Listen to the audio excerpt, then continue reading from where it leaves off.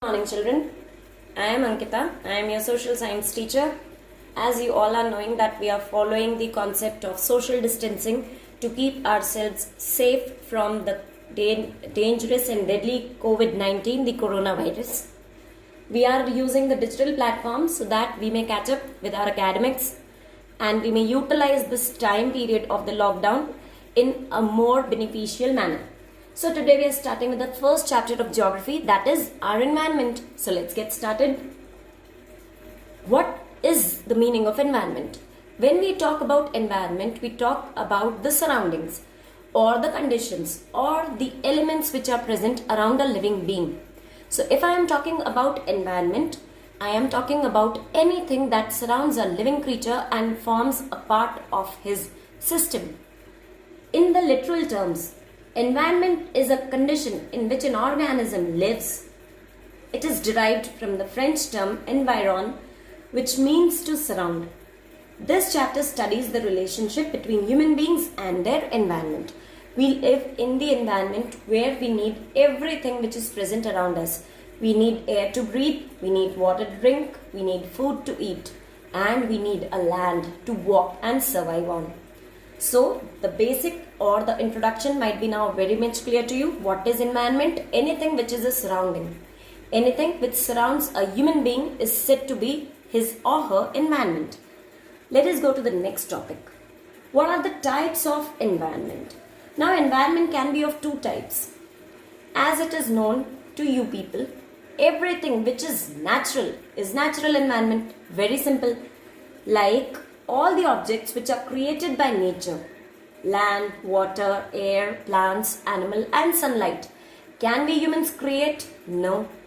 But can we humans survive without this? Not at all. So when we talk about natural environment, we are talking about the things which we have not created but which are an essential part of our life. Second meaning or the second type of environment is the man-made environment. It consists of all the elements which are created by human being. What is created by us? The house we live in is a man-made environment. The school building in which we sit and study is a man-made environment. The gadgets which we are right now using to interact with each other, the technology which we are right now using to interact with each other, these are all man-made environments. So when we talk about the types of environment, we have two broad categories, natural and man-made environment. Let's proceed. Now, what natural environment means? It may be the physical, chemical and biological elements present in nature. Physical elements, biological elements and chemical elements. You know, nature also has chemicals. Naturally occurring chemicals. Limestone. It is a type of chemical found in nature. Nature is full of minerals and variety of things which have a physical existence and a chemical property as well. It has two components, biotic and abiotic. These are the two components of natural environment. Biotic means anything or environment which is of living beings or which consists of living beings. Other than the human beings, what are the living creatures around? Plants. We say plants have life. They produce their own food through photosynthesis and they breathe. Animals, they do have life. They survive on the food, they breathe, they live a normal life like you and me. Now, abiotic environment. Abiotic environment means parts of nature which has no life. Land, the basic essentiality of life, but has no life at all. Water, without which life cannot flourish. But water in itself has no life. So when I talk about natural environment, I talk about its two components or the two variants, which is biotic and abiotic. Biotic, anything which has life. Abiotic, any natural element which has no life is a part of natural environment. I hope this much is clear to everybody. Now let's proceed to the next topic. Here we come to the term lithosphere. Lithosphere, in simple words, land. Derived out of the Greek word lithos, meaning rocks. We all know what is the significance of rock in our life. Many of will say nothing. But do you know land is made up of variety of rocks, large, small, huge. Without the presence of rocks, there can be no base for human life. How do we walk on earth? Reason, we have gravity. Where is the gravity? In the air? No. In the layers of earth, in the land. So when I talk about the term lithosphere, it is made out of a Greek word, lithos, meaning rocks. It is the solid crust of earth made up of rocks and minerals covered by a thin layer of soil. There is a difference. I may grow any variety of crops I want in the soil, not in the rocks. Why so? When land is made up of rocks, why can't I grow the crops in the rocks? Reason, rocks do not have fertility as found in the soil. Fertile soil helps the crops to grow, produce a good fruit, and let the humans consume it in the ways they want. It is a large reservoir of resources which are very useful to mankind. Example, coal, petroleum, natural gas. You all are knowing we have mining industries where the crust of the earth is mined to take out variety of minerals. Maybe metals, maybe non-metals, rocks, petroleum, fossils, coal, n number of minerals are derived and dug out of earth, and these dug minerals serve the utilities and the needs of the human race. When we talk about lithosphere, it serves as the base for life. It provides a solid base for cultivation of crops, provides nourishment to the crops. It is the base of our infrastructures like roads, buildings and factories. This is very well known to you all that without land, life cannot sustain in the air. We aren't birds. Even birds need a place to sit. Where do they sit? Mostly on trees. Mostly on trees or mostly on the electronic wires. But are these electronic wires hanging out of nowhere? No. They are attached to the electronic poles which are dug into the earth. So we now understand the meaning and the significance of lithosphere in our lives. Let's go to the next form of the environment or the next part of the environment. I hope lithosphere is clear to you. Now you may relate to the topic I have explained. Next part is hydrosphere. Hydrosphere means the realm of water. Water in any and every form. We all know Earth is known to be a blue planet. Why blue? Because of the presence of water. When we talk about hydrosphere, we refer to the total amount of water on a planet, including the surface water, underground water and the vapors in the air. We all know really very well that the same old rain again. It is a saying, water on earth never changes, understanding, never changes in its amount.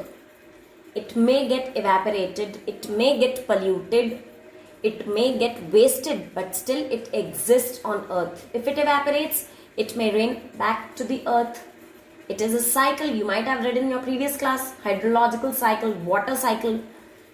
Now, surface water can be in the form of oceans, lakes and rivers, whereas underground water exists in wells and aquifers. We all know really very well. Surface water, the water which flows over the surface of earth and I am able to see the flowing water with my own eyes. That is surface water. Ponds, lakes, rivers, oceans, gulfs, bays. These are all the ways where we are able to see the presence of surface water. Exactly in front of our school we have Kalika Mata pond, a man-made water source, a stepped pond where water gets in collected and throughout the year it is available. Surface water. Second part or underground water means when you need to dug out the water from deep within the layers of earth. We call it underground water. How it reaches under the ground? It seeps through the cracks of the earth. Through the flowing rivers, there are minute cracks. Water is absorbed by the land and the absorbed water or the water which seeps through the cracks gets gathered in the layers of earth and is termed as underground water. Nowadays, a common concept which we observe, in the previous days the concept was of wells. Now the concept is of bore well. A narrow, we can say a narrow hole is dug, and with the help of mechanical motors we pump out the underground water. Aquifers, where in the deserts you have the emergence of water springs. These water springs coming out of the land in a desert in a form of a small lake or a pond is known to be aquifers. Now the third point or the third form in which we get to see water available on earth is in the form of glaciers, is in the form of ice caps and icebergs. We all know ice is a solidified form of water. So it's a part of hydrosphere. We all know there are two poles, north and the south, which are totally ice covered poles. And these glaciers, ice caps and iceberg constitute a major share of hydrosphere. This is very well known to us. So hydrosphere means the realm of water. Lithosphere means the realm of land. Let's move further. Atmosphere, very common term, very many times heard, very many times understood. Atmosphere, it is like in your previous class you might have read, Earth has the envelope of gases around itself which protects it from the ultraviolet radiation of the sun, from the fall of meteors or meteorites from the space. This envelope of gases gets the name of atmosphere. It is what surrounds the earth. It is retained in its place by the gravity. Like the gravity pulls you and me towards the ground, it also pulls the atmosphere towards the earth so that it remains intact in its place, keeps protecting the earth from the harmful ultraviolet radiations.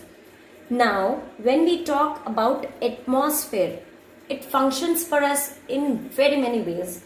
You all know oxygen is the base of life. My land and my water is useless if I have no oxygen.